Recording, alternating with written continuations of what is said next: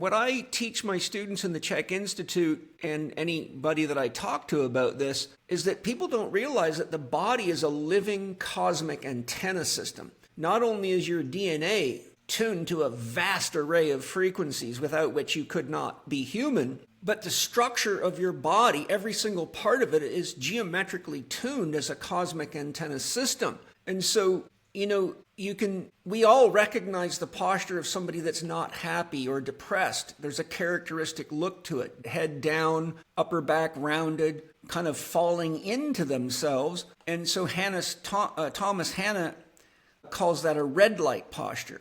And then we recognize what Hanna called a green light posture, which is the upright, inspired, motivated, do it posture. Go get it, make it happen. And we all know that when we're happy, we smile and it brings our body up. And when we're not happy, we don't smile, but paradoxically, and I've tested this on myself 1,000 times, and this is why I tell people all the time, when you're doing Tai Chi, Qigong, or any of the inner arts, smile. Because I used to see my students would scowl. It was like, they're being tortured by having to do this 20 minutes of Tai Chi ruler or zone exercise. And I say, look, you guys practice smiling because it puts you in the right state of connection to feel joy in the process. And so your mind begins to associate joy with the process of what you're ultimately doing to take care of yourself instead of acting like you're having to go take out the garbage for somebody. So I think it's just really important that people realize that the position of our body and the alignment of our body changes the flow of energy and the flow of information and the type of information, which is what biogeometry is really all about. There's loads of this in traditional Chinese medicine. It's yoga, has postures for all sorts of different health challenges. I remember I had a podcast with the guy that lives near you. His name's escaping me, the older guy. We talked about power animals. The different body shapes for different. Yeah, and so the same too. Yeah, he turned me on to the lady that taught him, and I bought her 2 books on postures, and it showed the use of postures throughout all these indigenous cultures. So, for example, if they wanted to have communion with Great Spirit, they would have a specific posture they would go into. If they wanted to heal, or if they wanted to work in the lower realms of the earth, or if they wanted to work with their unconscious, the shaman had figured out what postures tuned to these dimensions, and these books were amazing. And I'd figured this out just through observing and paying attention to what happens in myself, doing Tai Chi meditation, and just, in my general everyday existence. So I just wanted to put that on the table for everybody, that when Jason's got posture as one of his 8 key principles, he's not just talking about setting your desk up right. That's important. He's talking about realizing that what your body is saying is often directing your mind, whether you know it or not. And that if you realize that, it's just like if you want to watch comedy on television, you got to turn the channel to something that's got comedy on it. But if you're watching the Death and Destruction Hour hoping for a joke, you're going to be waiting a long time, Yeah.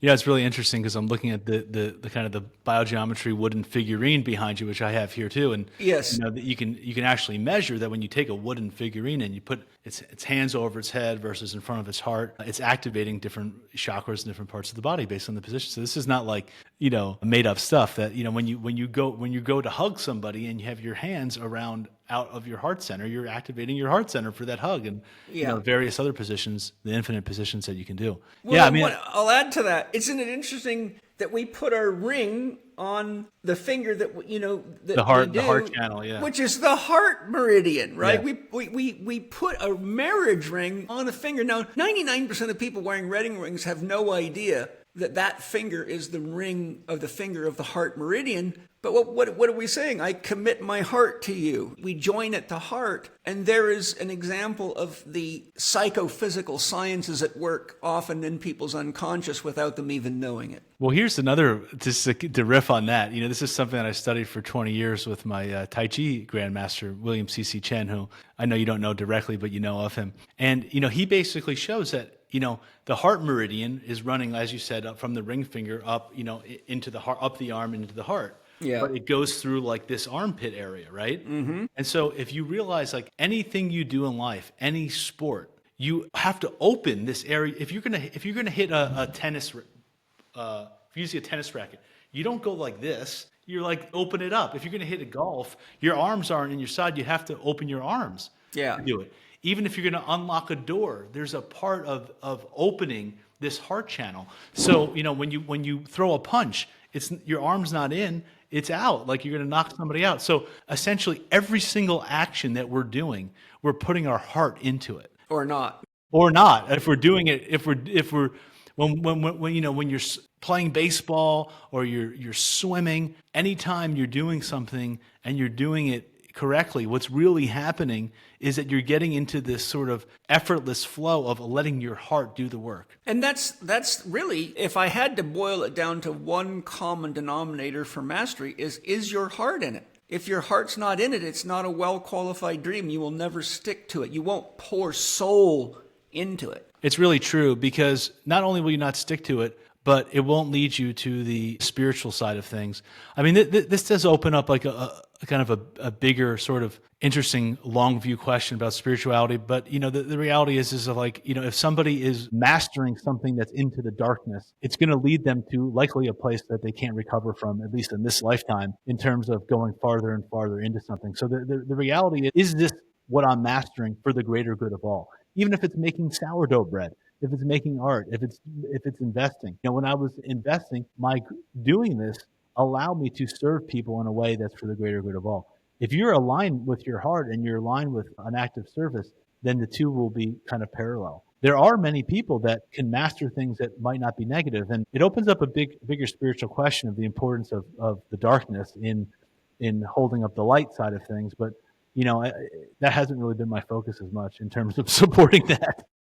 Well, I think having studied this a lot and looked into this very deeply, as we have heard me say many times, and Isaiah 45:7 in the Bible says, I create the light and the dark, good and evil, I the Lord do all these things. And I think it's safe to say Bill Gates pours his heart into his work. I think Fauci pours his heart into his work. Every evil dictator pours his heart into his work. It's just a matter of polarity. It's service to self versus service to other. But obviously the people behind things like COVID and a lot of the crap going on in the world have poured their heart into it. They've developed very, very advanced technologies. The difference is they can only go so far before they isolate themselves so badly that they're so disconnected from source that there's ultimately a dead-end road for them. In other words, their path is like a line that goes into the emptiness, but the heart path is a circle that brings you into wholeness and ultimately into connection.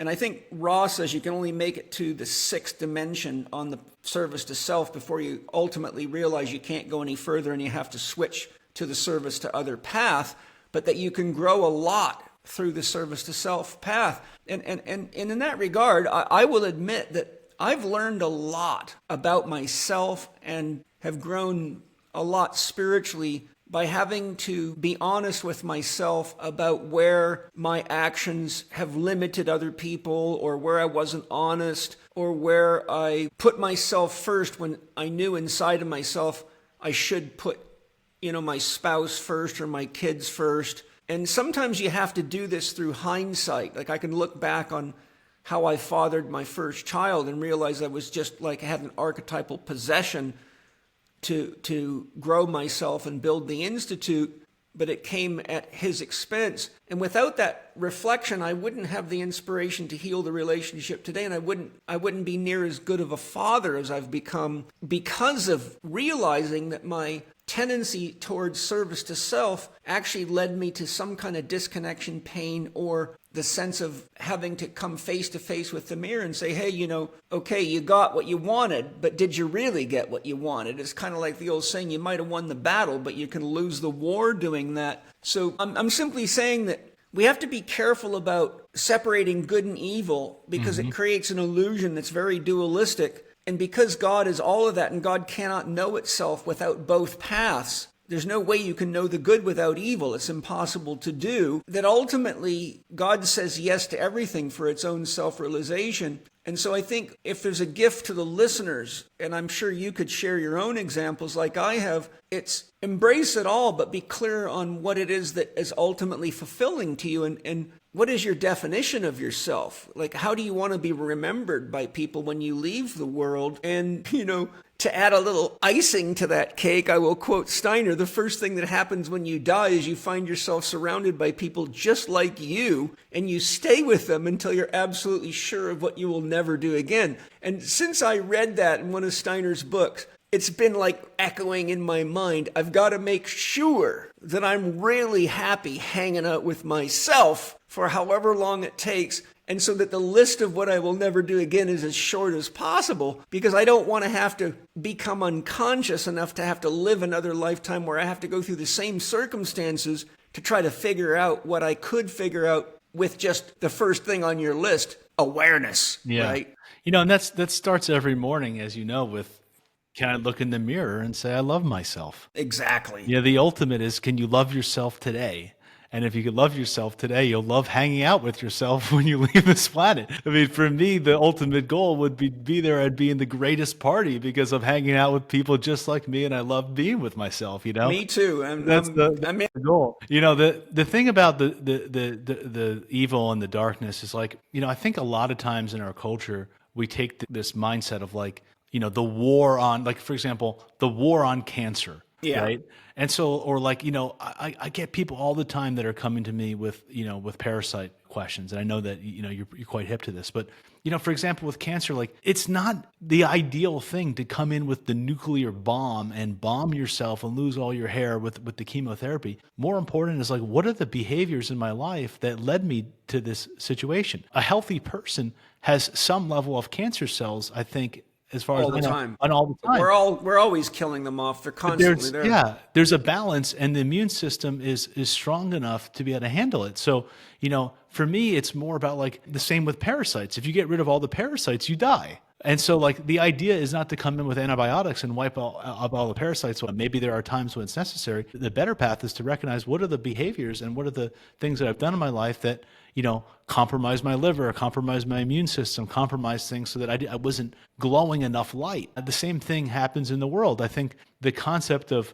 eradicating evil is childish, but, if we look at the world and we think about that, maybe there is an imbalance, maybe that there is a cancer right now where there is more of one than the other, and how do we get this down to a level where the light is the predominant one, or at least it's in a healthy balance between the two? And so, I think that's kind of been my focus, and and I really agree that every time that you live your life in the pursuit of mastery, that you are becoming a very bright light in the darkness. One candle in a dark room lights up the whole room, and that's what we can all be. It's what we all can become. And that's tarot number 9 right there. That's what the hermit is. It's reaching the point where you realize you need to isolate yourself so that you're not distracted by the world, and you can really be present with and honest with yourself, and sort of polish the mirror of the heart, as Rumi would say, which it's hard to do with a lot of distractions, but you triggered something in my mind that I think is important to share. When we're looking at issues of cancer, disease, and beliefs, one of the ways we can really look deeply into ourselves and get clear is ask the question, is what I'm doing or what has manifested in my body an expression of self or not self?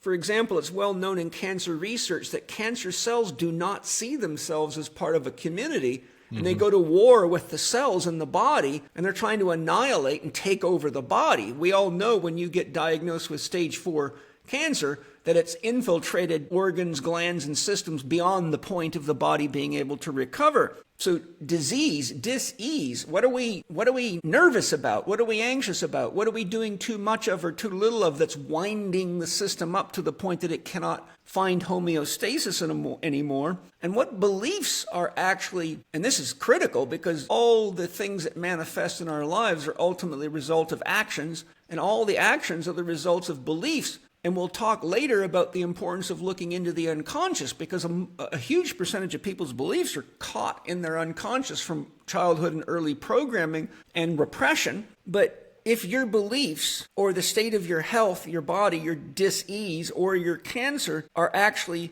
reflections of not self, then they have to manifest in a way that the pain teacher can come show you, look, this is what you're using the power of God within you to manifest. And at the kind of the pivotal axis of what I'm saying is, if we just look at our beliefs, our behaviors, and the way we relate and say, am I supporting, am I cleaning, feeding, nurturing, and protecting the self of me? And Jung describes the self with a capital S-E-L-F as everything that supports you. That's your family.